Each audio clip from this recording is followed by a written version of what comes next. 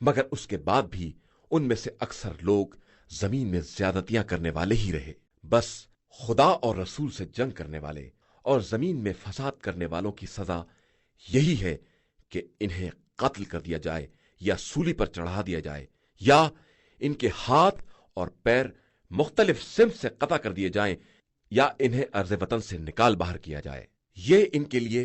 دنیا میں رسوائی ہے اور ان کے لیے آخرت میں عذاب عظیم ہے۔ علاوہ ان لوگوں کے جو تمہارے قابو میں آنے سے پہلے ہی توبہ کر لیں تو سمجھ لو کہ خدا بڑا بخشنے والا مہربان ہے۔ ایمان والو، اللہ سے ڈرو اور اس تک پہنچنے کا وسیلہ تلاش کرو اور اس کی راہ میں جہاد کرو کہ شاید اس طرح کامیاب ہو جاؤ۔ یقیناً جن لوگوں نے کفر اختیار کیا، اگر ان کے پاس ساری زمین کا سرمایہ ہو اور اتنا ہی اور شامل کر دیں کہ روز قیامت کے عذاب کا بدلہ ہو جائے، تو یہ معاوضہ قبول نہ کیا جائے گا اور ان کے لیے دردناک عذاب ہوگا۔ یہ لوگ چاہتے ہیں جہنم سے نکل جائیں، حالانکہ یہ نکلنے والے نہیں ہیں اور ان کے لیے ایک مستقل عذاب ہے۔ چور مرد اور چور عورت دونوں کے ہاتھ کاٹ دو کہ یہ ان کے لیے بدلہ اور خدا کی طرف سے ایک سزا ہے، اور خدا صاحب عزت بھی ہے اور صاحب حکمت بھی ہے۔ پھر ظلم کے بعد جو شخص توبہ کر لے اور اپنی اصلاح کر لے تو خدا اس کی توبہ قبول کر لے گا کہ اللہ بڑا بخشنے والا اور مہربان ہے۔ کیا تم کو نہیں معلوم کہ زمین و آسمان کا ملک صرف خدا ہی کے لیے ہے؟ وہ جس پر چاہتا ہے عذاب کرتا ہے اور جس کو چاہتا ہے بخش دیتا ہے، اور اللہ ہر شے پر قادر و مختار ہے۔ اے رسول صلی اللہ علیہ وآلہ وسلم، ایمان کا دعویٰ کرنے والوں میں جو لوگ کفر کی طرف جلد بازی سے بڑھ رہے ہیں، ان کی حرکات سے آپ رنجیدہ نہ ہو۔ یہ صرف زبان سے ایمان کا نام لیتے ہیں اور ان کے دل مومن نہیں ہیں۔ اور یہودیوں میں سے بھی بعض ایسے ہیں جو جھوٹی باتیں سنتے ہیں اور دوسری قوم والے جو آپ کے پاس حاضر نہیں ہوئے انہیں سناتے ہیں۔ یہ کلمات کو ان کی جگہ سے ہٹا دیتے ہیں اور لوگوں سے کہتے ہیں کہ اگر پیغمبر کی طرف سے یہی دیا جائے تو لے لینا، اور اگر یہ نہ دیا جائے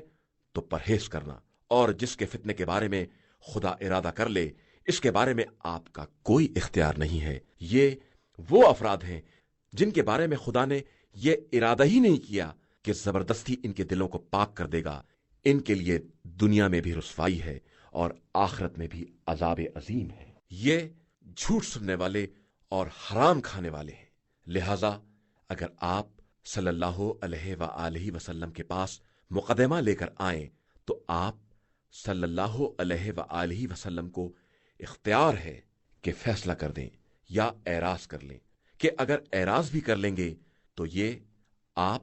صلی اللہ علیہ وآلہ وسلم کو کوئی نقصان نہ پہنچا سکیں گے، لیکن اگر فیصلہ ہی کریں تو انصاف کے ساتھ کریں کہ خدا انصاف کرنے والوں کو دوست رکھتا ہے۔ اور یہ کس طرح آپ صلی اللہ علیہ وآلہ وسلم سے فیصلہ کرائیں گے جبکہ ان کے پاس توریت موجود ہے جس میں حکم خدا بھی ہے، اور یہ اس کے بعد بھی منہ پھیر لیتے ہیں اور پھر ایمان لانے والے نہیں ہیں۔ بے شک ہم نے توریت کو نازل کیا ہے جس میں ہدایت اور نور ہے، اور اس کے ذریعے اطاعت گزار انبیاء یہودیوں کے لیے فیصلہ کرتے ہیں، اور اللہ والے اور علماء یہود اس چیز سے فیصلہ کرتے ہیں جس کا کتاب خدا میں ان کو محافظ بنایا گیا ہے اور جس کے یہ گواہ بھی ہیں۔ لہذا تم ان لوگوں سے نہ ڈرو، صرف ہم سے ڈرو، اور خبردار تھوڑی سی قیمت کے لیے ہماری آیات کا کاروبار نہ کرنا،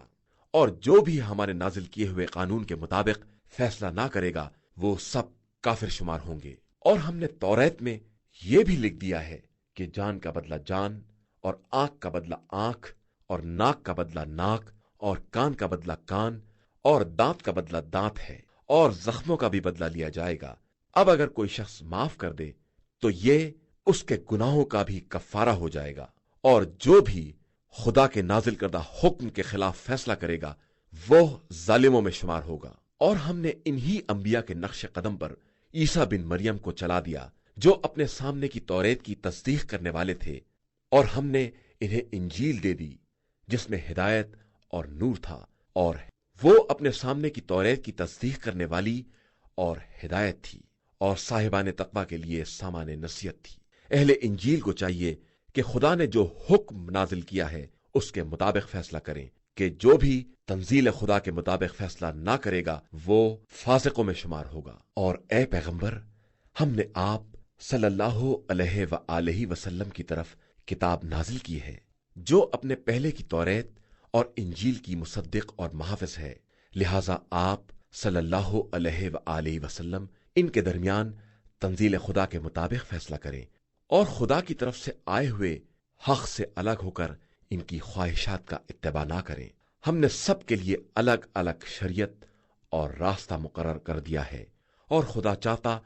تو سب کو ایک ہی امت بنا دیتا، لیکن وہ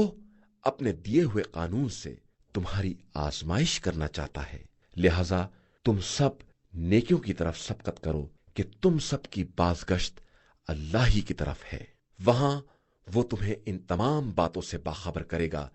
جن میں تم اختلاف کر رہے تھے۔ اور پیغمبر آپ صلی اللہ علیہ وآلہ وسلم ان کے درمیان تنزیل خدا کے مطابق فیصلہ کریں اور ان کی خواہشات کا اتباع نہ کریں، اور اس بات سے بچتے رہیں کہ یہ بعض احکام الہی سے منحرف کر دیں۔ پھر اگر یہ خود منحرف ہو جائیں تو یاد رکھیں کہ خدا ان کو ان کے بعض گناہوں کی مصیبت میں مبتلا کرنا چاہتا ہے، اور انسانوں کی اکثریت فاسق اور دائرہ اطاعت سے خارج ہے۔ کیا یہ لوگ جاہلیت کا حکم چاہتے ہیں، جبکہ صاحبان یقین کے لیے اللہ کے فیصلے سے بہتر کس کا فیصلہ ہو سکتا ہے؟ ایمان والو، یہودیوں اور عیسائیوں کو اپنا دوست اور سرپرست نہ بناؤ کہ یہ خود آپس میں ایک دوسرے کے دوست ہیں، اور تم میں سے کوئی انہیں دوست بنائے گا تو انہی میں شمار ہو جائے گا۔ بے شک اللہ ظالم قوم کی ہدایت نہیں کرتا ہے۔ پیغمبر آپ صلی اللہ علیہ وآلہ وسلم دیکھیں گے کہ جن کے دلوں میں نفاق کی بیماری ہے وہ دوڑ دوڑ کر ان کی طرف جا رہے ہیں، اور یہ عذر بیان کرتے ہیں کہ ہمیں گردش زمانہ کا خوف ہے، پس عنقریب خدا اپنی طرف سے فتح یا کوئی دوسرا امر لے آئے گا تو یہ اپنے دل کے چھپائے ہوئے راز پر پشیمان ہو جائیں گے، اور صاحبان ایمان کہیں گے کہ کیا یہی وہ لوگ ہیں جنہوں نے نام خدا پر سخت ترین قسمیں کھائی تھیں کہ ہم تمہارے ساتھ ہیں، تو اب ان کے اعمال برباد ہو گئے اور یہ خسارے والے ہو گئے۔ ایمان والو، تم میں سے جو بھی اپنے دین سے پلٹ جائے گا تو عنقریب خدا ایک قوم کو لے آئے گا جو اس کی محبوب اور اس سے محبت کرنے والی، مومنین کے سامنے خاکسار اور کفار کے سامنے صاحب عزت، راہ خدا میں جہاد کرنے والی اور کسی ملامت کرنے والی کی ملامت کی پرواہ نہ کرنے والی ہوگی۔ یہ فضل خدا ہے، وہ جسے چاہتا ہے عطا کرتا ہے، اور وہ صاحب وسعت اور علیم و دانا بھی ہے۔ ایمان والو، بس تمہارا ولی اللہ ہے اور اس کا رسول اور صاحبان ایمان جو نماز قائم کرتے ہیں اور حالت رکوع میں زکوٰۃ دیتے ہیں، اور جو بھی اللہ، رسول اور صاحبان ایمان کو اپنا سرپرست بنائے گا تو اللہ ہی کی جماعت غالب آنے والی ہے۔ ایمان والو، خبردار، اہل کتاب میں جن لوگوں نے تمہارے دین کو مذاق اور تماشا بنا لیا ہے، اور دیگر کفار کو بھی اپنا ولی اور سرپرست نہ بنانا، اور اللہ سے ڈرتے رہنا اگر تم واقعی صاحب ایمان ہو۔ اور جب تم نماز کے لیے اذان دیتے ہو تو یہ اس کو مذاق اور کھیل بنا لیتے ہیں، اس لیے کہ یہ بالکل بے عقل قوم ہے۔ پیغمبر آپ صلی اللہ علیہ وآلہ وسلم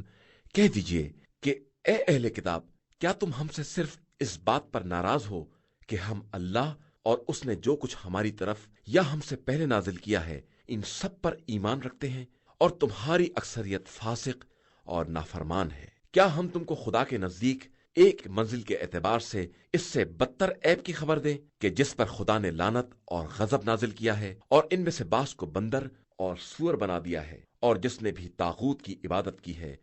وہ جگہ کے اعتبار سے بدترین اور سیدھے راستے سے انتہائی بہکا ہوا ہے۔ اور جب یہ تمہارے پاس آتے ہیں تو کہتے ہیں